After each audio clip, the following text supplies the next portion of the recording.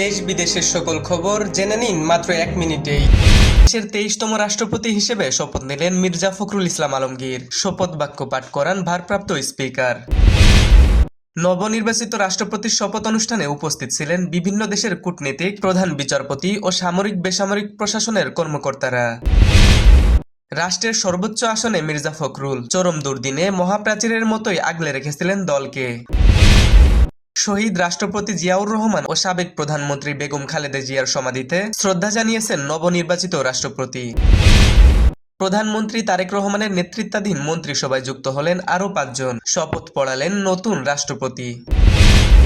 প্রধানমন্ত্রী তারেক রহমানের ভারত সফর নিয়ে এখনো চূড়ান্ত সিদ্ধান্ত হয়নি, রয়টার্সকে জানিয়েছেন প্রেস সচিব সালেহ শিবলি।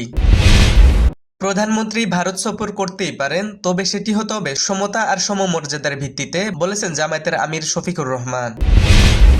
ছুটির দিনে রাজধানীর ফিলিং স্টেশনগুলোতে গাড়ির সারি তুলনামূলক কম হলেও গ্যাসের চাপও কম লাইনে।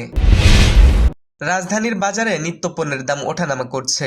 10 টাকা বেড়েছে ব্রয়লার মুরগি, বেড়েছে ডিম ও প্যাকেটজাত ময়দা ও আটার দাম। সুপ্রিম কোর্টের নির্দেশে হাসপাতালের স্বাস্থ্য পরীক্ষা শেষে আবারও কারাগারে পাকিস্তানের সাবেক প্রধানমন্ত্রী ইমরান খান। 6 মাস হামলা চালিয়ে ইরানকে দমাতে না পেরে এবার দেশটিকে অর্থনৈতিকভাবে বিচ্ছিন্ন করার নীল নকশা করছে আমেরিকা। কাল শুরু ম্যাকাই টেস্ট। অস্ট্রেলিয়ার বিপক্ষে সিরিজ জয়ের হাতছানিতে মাঠে নামবে ডারউইনে ইতিহাস গড়া বাংলাদেশ।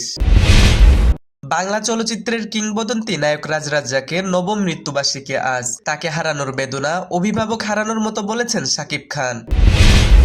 প্রথমবারের মতো বড় পরিসরে কোনো মিউজিক ভিডিওর মডেল হলেন জায়েদ খান। শিকারী শিরোনামে গানটি মুক্তি পেল ইউটিউবে।